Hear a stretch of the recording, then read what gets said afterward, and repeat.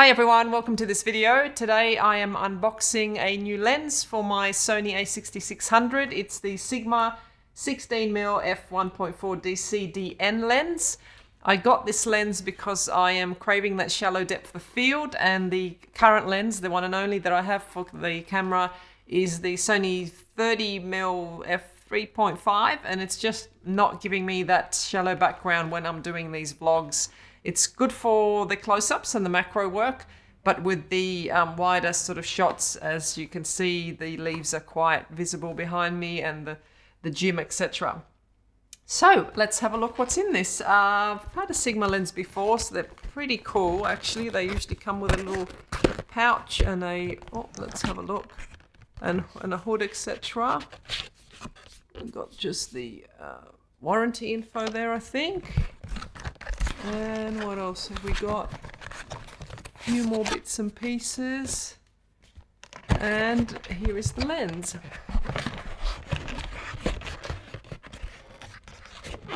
Always worry about these doing these mid-air. Oh, it's in a little like a egg carton. That's cool. Oh, it's hatched. Okay, here we go. So, wow, that's pretty, oh, that's nice. It's so small. I'm coming off the Canon EOS R and the Canon 6D Mark II, and the lenses were so big, like the full frame lenses. So these are just so small. Although it's not super light. It's I think it's just over 400 grams. I'll just take this thing out of the bag. So, yeah, here we go. There's the lens.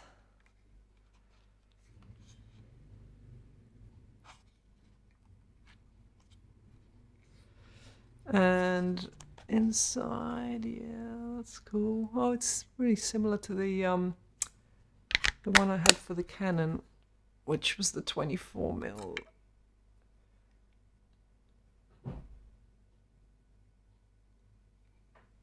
I think this may be weather.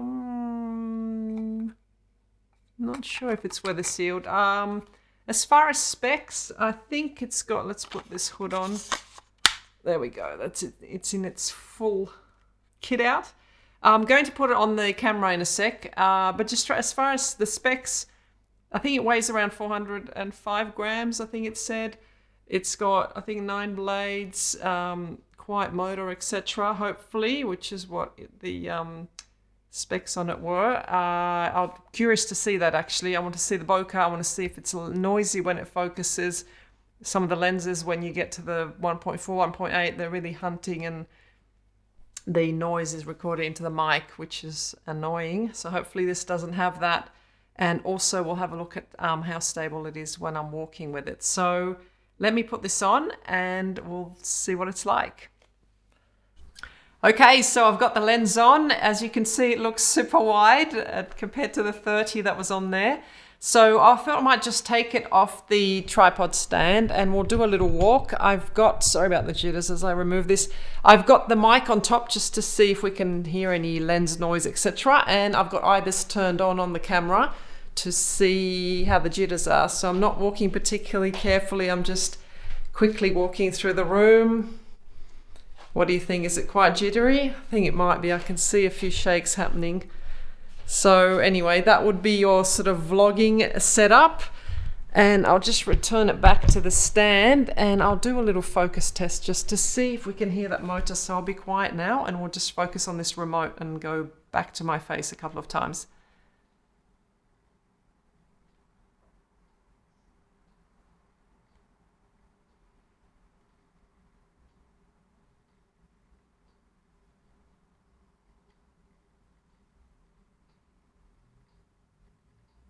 It's pretty quiet from here, and I'm just like maybe 1.5 feet away. So hopefully that's all good. It sounds good. Let me know what you think in the comments.